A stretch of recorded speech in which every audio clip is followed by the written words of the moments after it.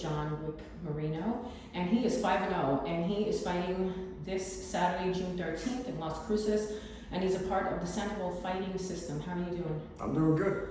Okay, so you're currently 5-0. What does it mean to you now going forward for this fight, and who are you fighting, and what do you know about your opponent? Yeah, Cole Knapp is my opponent. He's got a lot of experience, but what does it mean to me? It's the same thing it always has.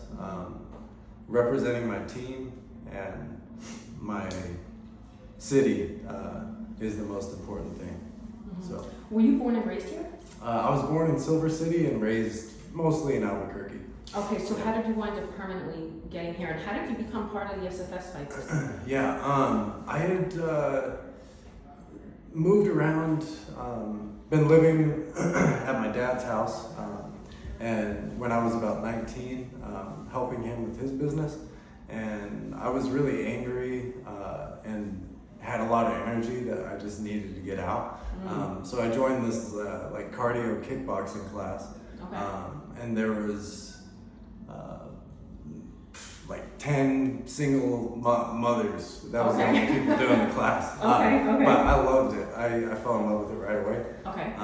Eventually, I decided it was time to move away from my dad's down in Silver City. Okay. And came here, joined a kickboxing gym, and decided I wanted to fight, and realized I needed to be around the people that were also fighting. Okay. So I visited gyms all around town, and eventually found SFS. So what was it about this gym that stood out that made you want to stay? Immediately, first time I came in here, they didn't know anything about me. There was a guy, Rob, and I think Gabe, that had fights coming up. And I hopped into their sparring rounds right away, and it was like a sink or swim thing. Like they were trying to knock me out, I think. So I was That's what it's about. yeah, I was like, this is the place to be. Yeah.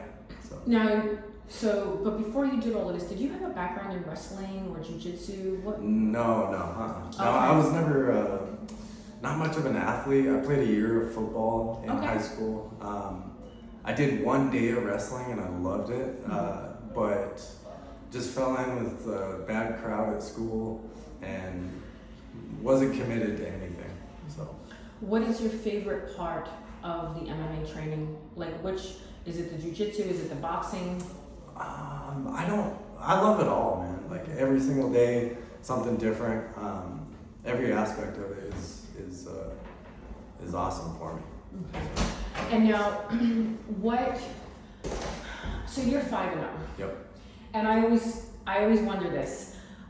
Nobody likes to lose. We're not saying that you're gonna lose, but have you ever gotten into the mindset of like, oh, what if? Like, how would you feel, or like, what would it mean to you? Like, because sometimes when I see that there are perfect records, I'm like, well, like, because you get so high, right? I'm wondering, have you ever thought about that, and like, what kind of thought process do you have behind that to overcome that? Yeah. Every fight I come to terms with that being a possibility, and I think that's why I've had success, because I'm not okay with it, but I've dealt with it already. Okay. I know at the end of the day, like, it's gonna be okay, you know, but I'm gonna fight to the death to make sure that doesn't happen. And do you get nervous that half hour before you know you're going out? What do you do to calm down? Is there music? What do you do? Do you meditate? I think everyone gets nervous, but I've gotten good at channeling that nervousness into excitement, and trying not to blow up what the fight is at all. So this is something I do every day for hours a day, and I know how to fight. I know my conditioning is worthy of 5 hard rounds. So, you know, just reminding myself of that, and deciding before the fight happens that I'm gonna win that's the key. And you're not doing it in a bragging type of way. You're keeping yourself in a realistic state of mind of positivity, yes. right? Because I know that there are fighters out there that are like, oh, I'm just gonna go in there and fuck them up, and I'm like, I don't know if you're thinking about this. No, and then they don't get knocked out in round one. I'm sure it works for some people, but that's not how I view it. You know, I view a lot of visualizing the fight. You know, I'm not always winning in the exchanges and the visualization, but at the end of it, I always win. So, have you ever been in one of the fights and I guess maybe in the beginning you weren't doing so well and like, how did you, when you got back to the corner, how did you readjust? Because I've watched some of your fights and I've seen you come back out and I'm like, oh shit, like, how the hell did that happen? So, like, what happened in the corner? Like, how did you switch it up like that? One that comes to mind, I guess, is the last fight I had. I think I was letting the fight happen to me, and I had it in my head that I was gonna finish this dude and I was gonna do it like quick, you know. And I ran out there and he was resilient those first 2 rounds and he was putting up a good fight.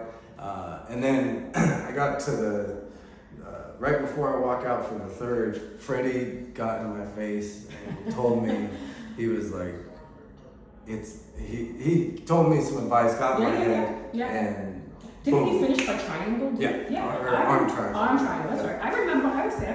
I know what's going on. That was a good one. How do you feel about jiu-jitsu in general? Do you feel that it's, and I'm asking, I guess I'm being selfish because I'm a blue belt and I feel like I just wanted to stop there. I felt like I just needed a couple of tools for the toolbox. How efficient do you think that is? You only need a couple of tools? I don't know, and it depends. I think it all depends on who you're fighting. I mean, it's cool to be great at kickboxing, great at boxing, and you don't have to do any sort of grappling if you're not into it. But but also you have that height advantage because I've seen you throw a kick and you're on the other side of the cage. I have a problem with that because I'm only 5'2", so I mean, would you say that your strongest point is your kickboxing? I would say my strongest point is my ability to adapt on the go. You know, and I think I have a good ability to think during fights that I don't think everyone does. So I think so. I think so. Okay. Now you have your fight week is starting today, or is it starting Sunday? What's that? Today is Friday. Your fight week. Like where you're on a different protocol. Kind of like now. Kind of now. Okay. And how is that different from? Do you have the game plan already, or are you kind of just listening to the coach? You don't really know what you're getting into this week. No.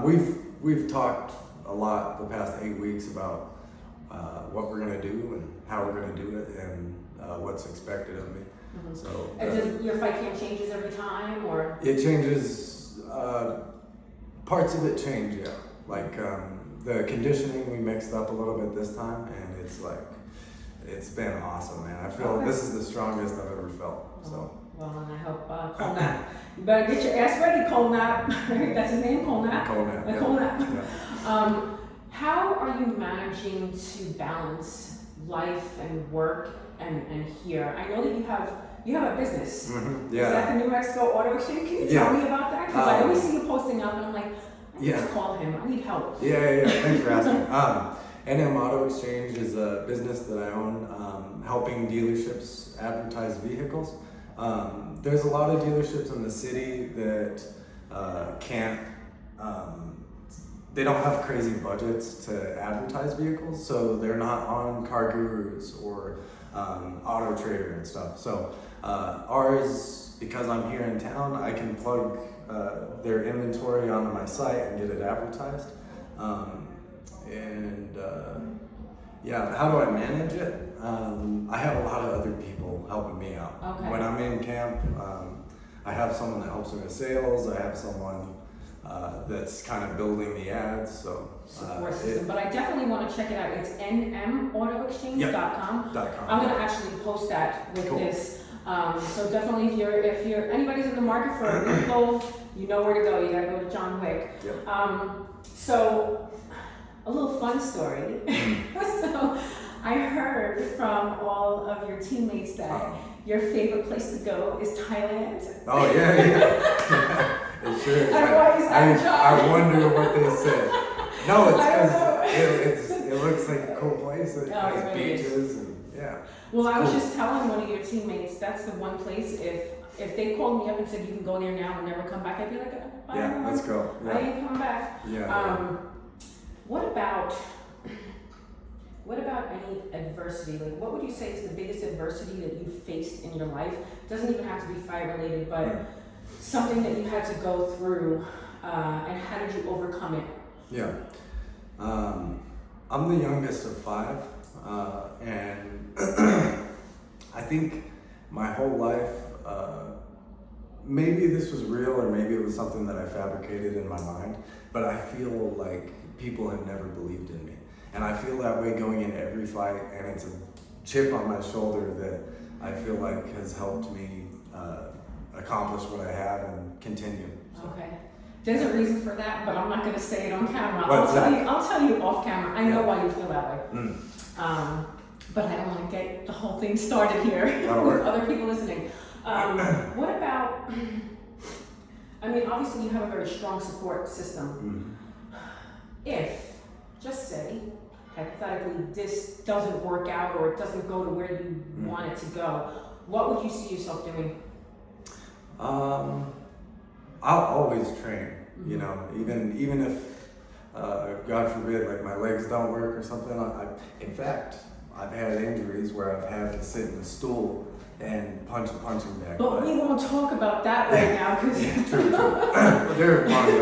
I'm just teasing you. I'm healthy now, but no, you just kept on going though. Yeah. I think I'll always train, continue getting better, and I think what'll I do? I'll do what I'm currently doing. You know, I have a good business and keep working at that and keep training, keep fighting and.